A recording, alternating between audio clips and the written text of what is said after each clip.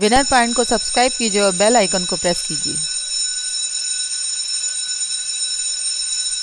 Hello everyone, welcome back to Winner Point Education. मैं अमिता त्रिपाठी, आपकी Hindi Sanskrit teacher. आज मैं आपके लिए वितान भाग 2 से लेकर आई हूँ डायरी के पन्ने शीर्षक, जो कि एन फ्रैंक की डायरी है।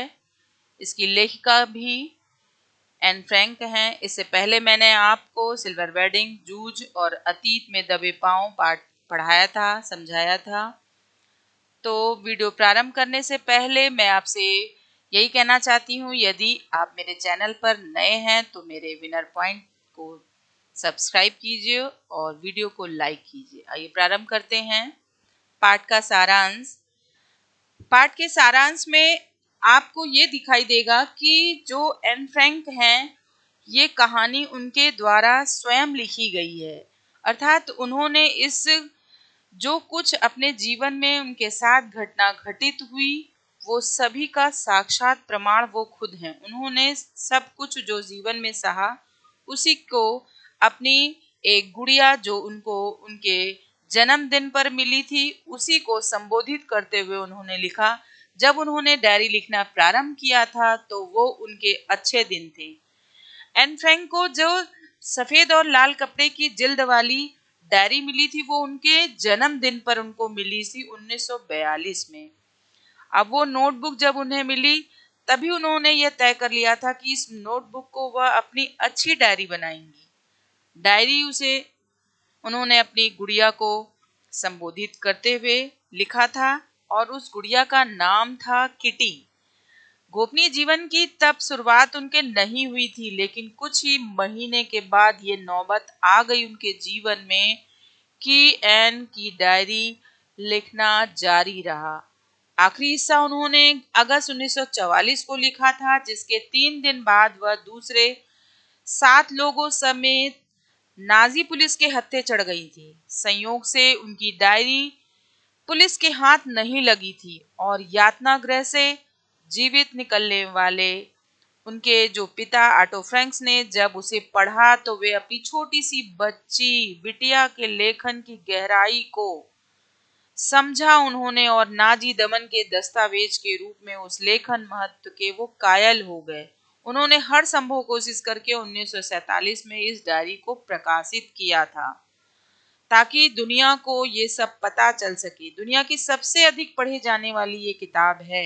यह डायरी इतिहास के सबसे आतंकप्रद और दर्दनाक अध्याय के साक्षात अनुभव का बयान करती है।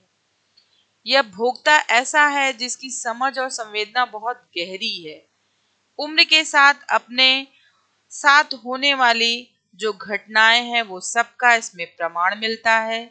इस डायरी में भय, आतंक, भूख, मानवीय संवेदनाएं, प्रेम, घृणा, बढ़ती उम्र की तकलीफें, हवाई हमले का डर, पकड़े जाने का लगातार डर। 13 साल की उम्र से ही ये प्रारंभ हो गया था। मानसिक और शारीरिक जरूरतें, हंसी मजाक, युद्ध की पीड़ा, उनका अकेलापन, ये सारी चीजें थी। यह डायरी यहूदियों पर ढाए जाने वाले जुल्मों का एक जीवन दस्तावेज है। उन्होंने जो जो जीवन में अपने सहा, गुप्त तहखानों में छिपकर उन्होंने ये सब किया, वो सब चीजें उन्होंने देखी और सब कुछ उन्होंने अपनी डायरी में वैसे ही के वैसे लिख दी। अब ऐसे समय में 2 यहूदी परिवार 2 वर्ष तक एक गुप्त आवास में छिपे रहे थे। इसमें एन फ्रैंक परिवार था और दूसरा वान दंपत्ति थे, उनका परिवार था। एन ने गुप्त आवास में बिताए गए 2 वर्षों की साक्षात जीवन प्रमाण इस डायरी में लिखा। यह डायरी 2 जून 1942 से 1 अगस्त 1944 तक लिखी गई थी।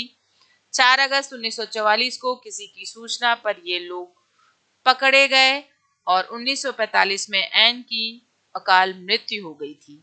एन ने अपनी किटी नामक गुड़िया को, जैसा कि मैं आपको पहले बता चुकी हूँ, अपनी किटी नामक गुड़िया को संबोधित करके ये डायरी लिखी थी, जो कि उन्हें अच्छे दिनों में वो डायरी मिली थी। लेकिन उन्हें क्या पता था कि उस डायरी का अंत कुछ इस तरह होगा।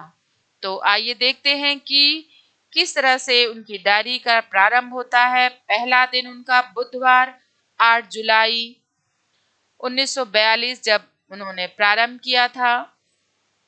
इस दिन एन फ्रैंक गुप्त आवास पर जाने के विषय में लिखती हैं। उनकी बड़ी बहन को एएसएस से बुलावा आता है। आने पर घर के लोग गुप्त आवास पर जाने की तैयारी भी करते हैं। यह उनके जीवन का सबसे कठिन दौर था, सबसे कठिन समय था।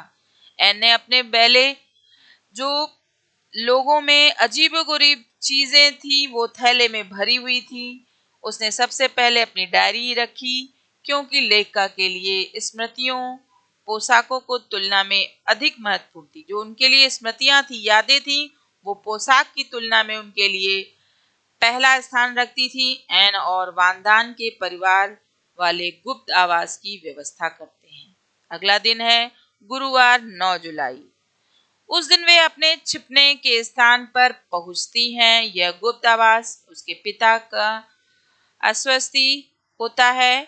वह घर के कमरों के बारे में बैठके में बैठती हैं और सोचती हैं। यह भवन गोदाम और भंडार गृह के रूप में प्रयोग होता था।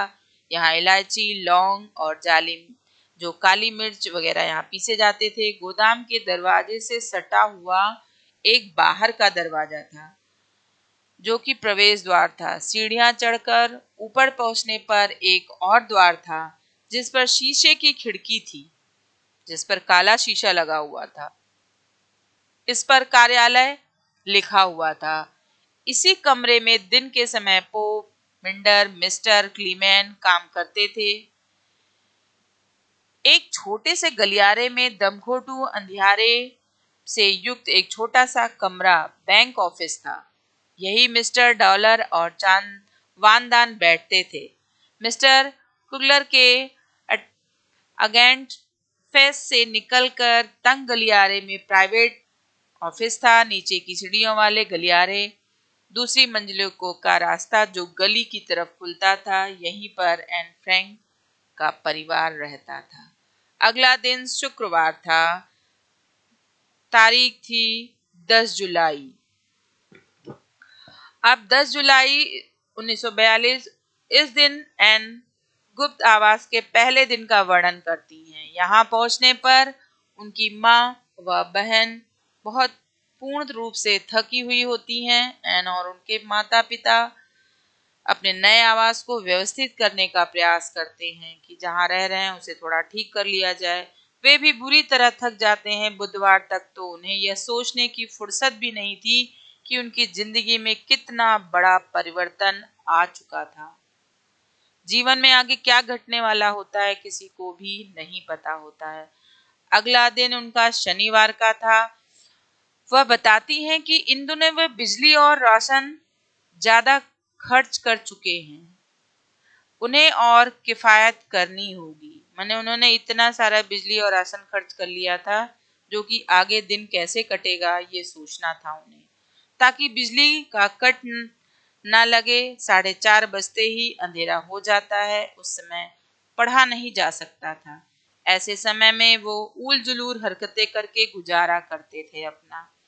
दिन में पर्दे नहीं हटा सकते थे, ताकि बाहर से उन्हें कोई देख ना ले, झांक ताक ना कर ले, क्योंकि वो गुप्त आवास में थे।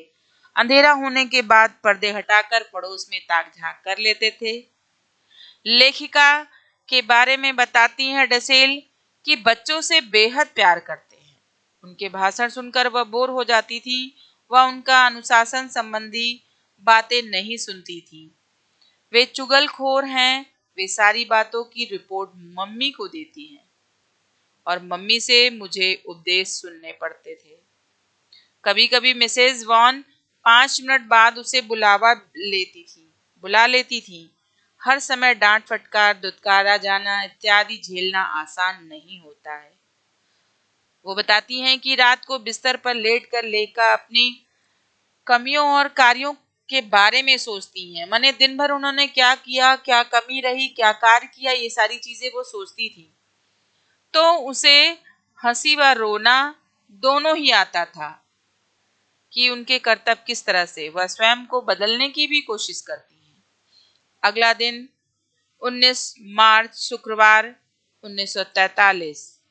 एन बताती हैं कि तुर्कों के इंग्लैंड के पक्ष में न आने से हम नोट रहे थे। इससे कालाबाजारी को झटका लगेगा, साथ भूमिगत लोगों को नुकसान होगा, क्योंकि वे ये सब कर सकते।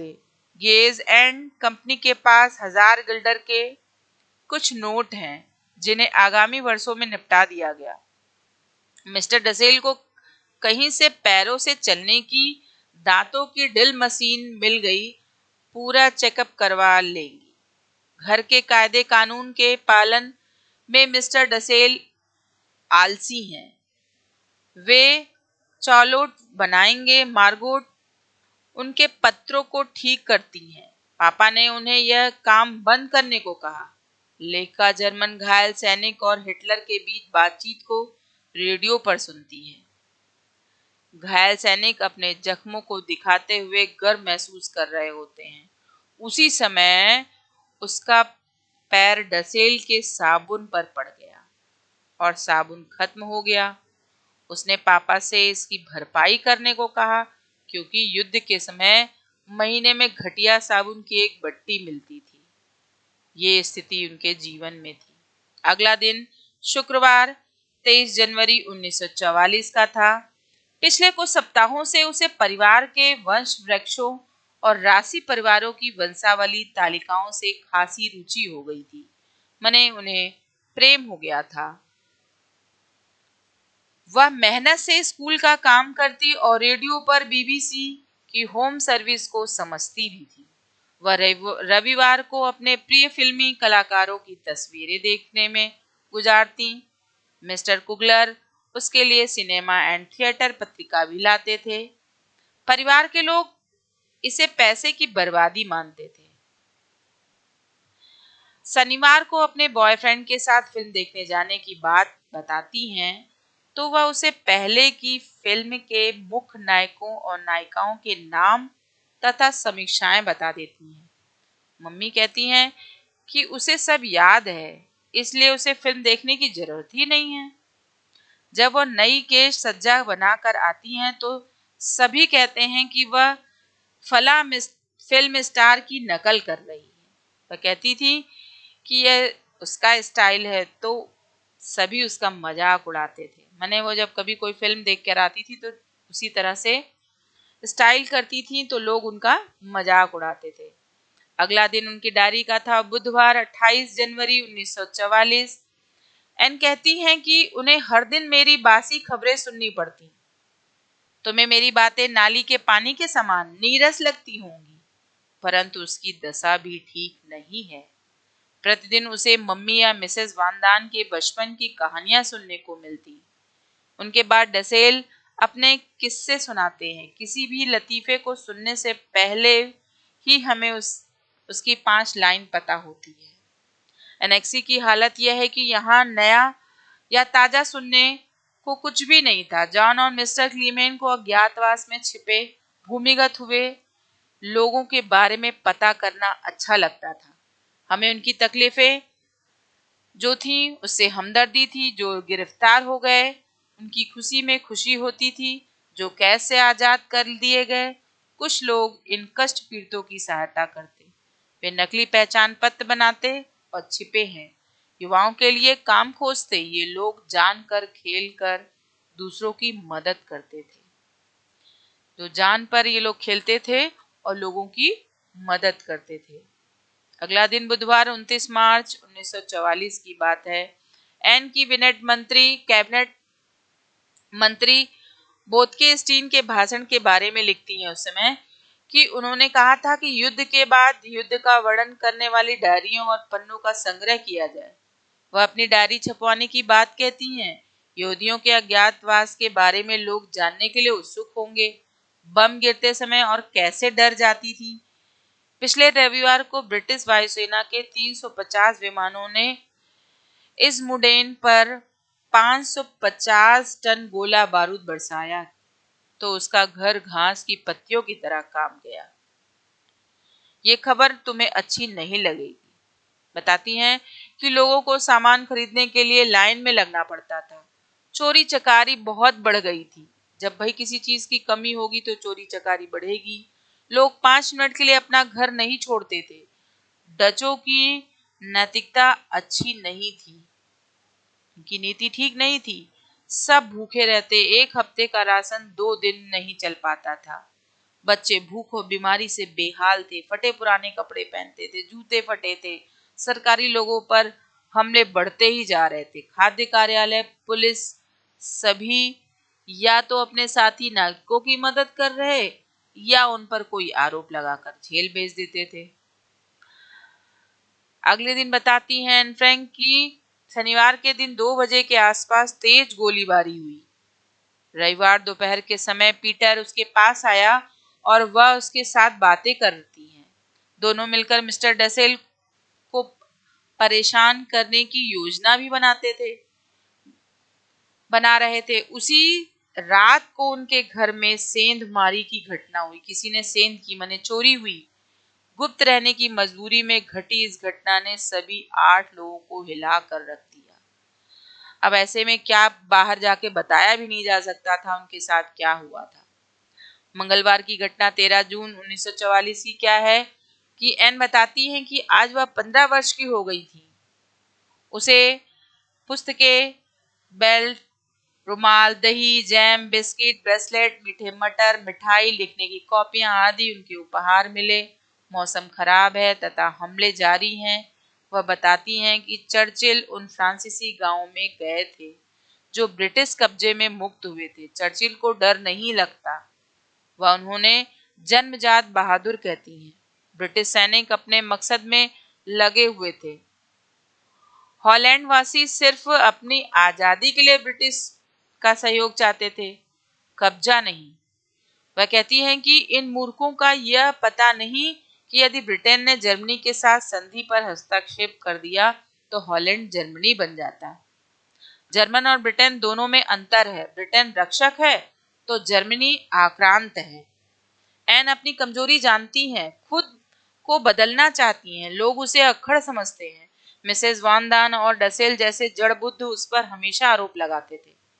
मिसेस वान दान उसे अक्खड़ समझती थी क्योंकि वह उससे भी अधिक अक्खड़ है। वह स्वयं को सबसे अधिक धिक्कारती थी। वह माँ के उपदेशों से मुक्ति पाने के बारे में सोचती है। उसकी भावनाओं को कोई समझ नहीं पाता था। अपनी भावनाओं की गंभीरता से समझने वाले व्यक्ति की तलाश में है।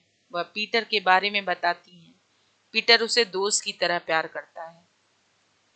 एन भी उसकी दीवानी है। वह उसके लिए तड़पती है। पीटर अच्छा व भला लड़का है, परंतु उसकी धार्मिक तथा खाने संबंधी बातों से वह नफरत करती थी। उन्होंने कभी ना झगड़ने का उनसे वादा भी किया था। वह शांतिप्रिय, सहनशील और बेहद सहज आत्मीय व्यक्ति हैं। वह एन की गलत बातों को भी सहन कर लेता। वह कोशिश करता कि अपने कामों में सलीका लाए और अपने ऊपर आरोप ना लगने दे। वह अधिक घुन्ना था। वे दोनों भविष्य, वर्तमान और अतीत की बातें करते थे। एन काफी दिनों से बाहर नहीं निकली थी। अब वह प्रकृति को देखना चाहती थी। अब इतने दिन से एक ही जगह रह के परेशान हो गई थी। एक दिन गर्मी की रात में 11:30 बजे की बात है, उसने चांद देखने की इच्छा की, परंतु चांदनी अधिक होने के कारण वह खिड़की नहीं खोल सकी। आखिरकार बरसात के समय खिड़की खोलकर तेज हवाओं व बादलों की लुका छिपी को देखा। यह अवसर 1.5 साल बाद मिला था उन्हें। प्रकृति के सौंदर्य के आनंद के लिए अस्पताल व जेलों में बंद लोग तरसते थे। बाहर का मौसम देखने के लिए तरसते थे। गुप्तवास में रह रहे वो थक गए थे। आसमान, बादल, चांद, तारों की तरफ देखकर उन्हें शांति व आशा मिलती थी कि शायद कभी हमारे भी अच्छे दिन आएंगे। प्रकृति शांति पाने की रामबाण दवा थी। जब प्रकृति को देख लेते थे तो उनको शांति मिल जाती थी और वह उन्हें विनम्रता भी देती थी। एन पुरुषों और औरतों के अधिकार के बारे में बताती हैं कि उन्हें ऐसा लगता है कि पुरुषों ने अपनी शारीरिक क्षमता के अधिक होने के कारण औरतों पर शुरू से ही शासन किया। वो कहती हैं कि इस स्थिति को बेवकूफी के कारण सहन करना पड़ता है। अब समय बदल गया था। शिक्षा, काम और प्रगति ने औरतों की आंखें खोल दी थी। कई देशों ने उनकी बराबरी का हक भी दिया उन्हें।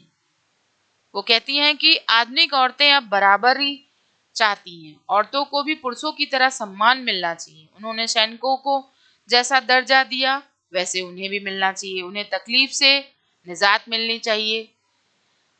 औरतें बच्चा पैदा करने के लिए नहीं है, सिर्फ आकर्षण के लिए नहीं है। मानव जात की निरंतरता औरत से ही है। भाई मानव जाति तभी चलेगी जब औरत होगी। अब वो कहती हैं कि वह सैनिकों से ज्यादा मेहनत करती हैं।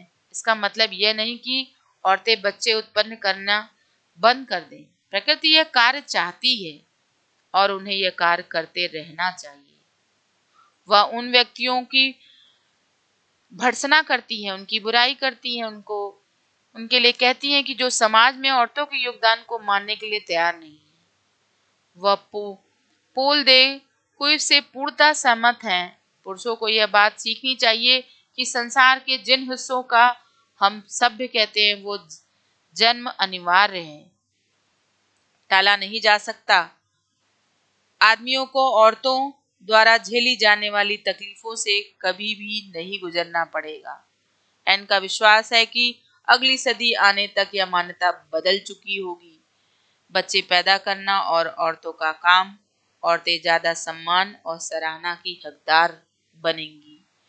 ये थी एन फ्रैंक की डायरी। एन फ्रैंक ने कैसे अपने जीवन दस्तावेज अपनी डायरी में अपनी गुड़िया किटी को संबोधित करते हुए लिखा, जो कि सबसे ज्यादा पढ़ी जाने वाली डायरी मानी जाती है। तो बच्चों, आपने देखा ये कहानी कितनी जीवन थी। इस कहानी में जो भी आपको यदि समझ नहीं आया हो तो आप कमेंट्स के थ्रू मुझसे पूछ सकते हैं। और वीडियो समाप्त करने से पहले मैं आपसे अनुरोध करती हूँ, यदि आपने मेरे चैनल को अभी तक सब्सक्राइब नहीं किया है तो सब्सक्राइब कर दीजिएगा, मेरे वीडियो को लाइक कीजिएगा। तब तक के लिए धन्यवाद।